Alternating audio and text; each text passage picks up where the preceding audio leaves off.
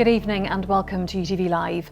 Ireland's Foreign Minister has warned of a further breakdown in relations between the EU and UK over the Northern Ireland Protocol. It's after demands expected this week from the Brexit Minister Lord Frost of significant changes to the agreement, including the role of the European Court of Justice. Simon Coveney has described this as a new red line that the British government know the EU can't move on. Matt Sterling reports.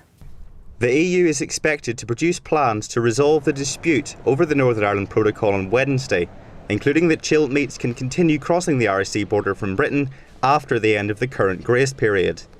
But it's understood the UK's Brexit Minister will warn Brussels must go further and will demand significant changes, including over the role of the European Court of Justice in Northern Ireland. The protocol was negotiated to avoid a hard border on the island of Ireland by keeping Northern Ireland in the EU's single market for goods.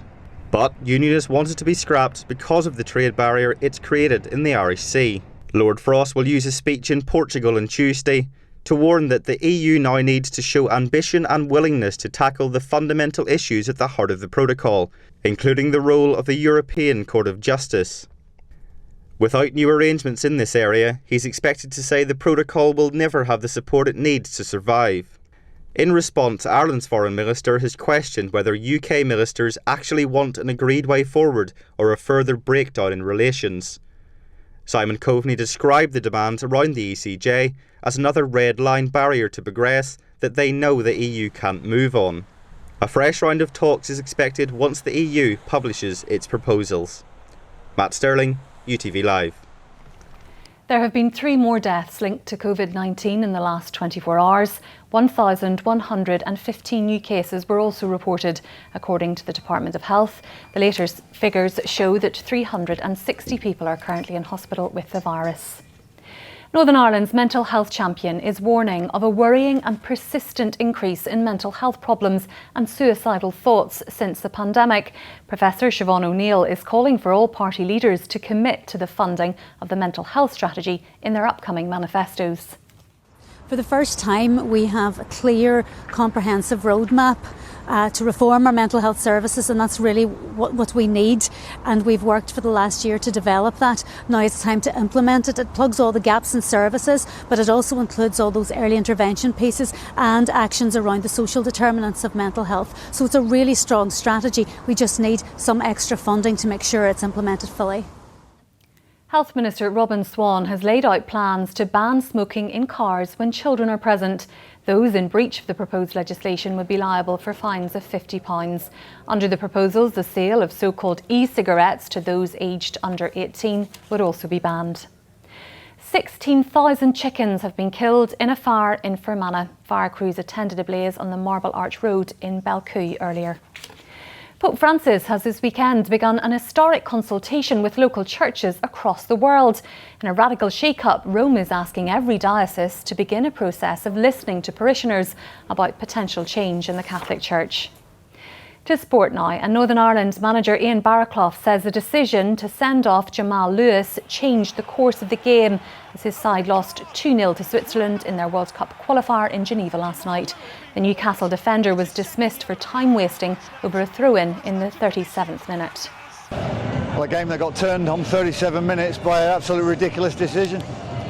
How can you send somebody off when they've not been warned, give them a yellow card? Not being warned, they don't realise the situation. You can certainly go and have a word with someone and say, look, hurry up, otherwise I'm going to have to book you. That never happened, and that's changed the total complexion of the game. Meanwhile, the Republic of Ireland won 3-0 against Azerbaijan in their World Cup qualifying match in Baku yesterday. Manager Stephen Kenny admitting his first competitive win was overdue. And in hurling, Dunloy won the Antrim Senior Hurling Championship for the 3rd year in a row this afternoon with a 323 to 114 victory over Rossa at Corrigan Park in West Belfast. The weather now, here's Holly Ballantyne.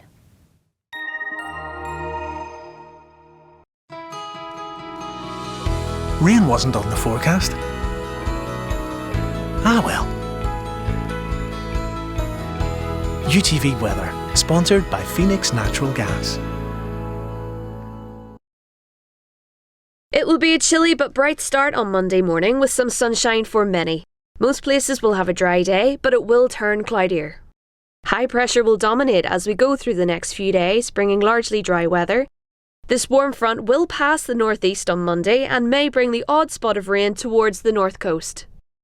It will stay dry with clear spells this evening and overnight, and by the morning 1 or 2 mist or fog patches will form. It will turn quite chilly with temperatures dropping as low as 3 degrees Celsius in some rural spots. Monday morning will be dry and bright with some sunshine at times. It will remain largely dry into the afternoon, however skies will cloud over and a few spots of rain are possible in the north of Antrim and Derry. Temperatures will reach 15 degrees Celsius. The next few days will bring a lot of dry but cloudy weather. A few bright spells are likely, although the odd patch of light rain is also possible. Home, happy as you like, even with a little compromise. UTV Weather, sponsored by Phoenix Natural Gas. That's the latest news from UTV. Katie Andrews is back with your next bulletin during Good Morning Britain. Good evening.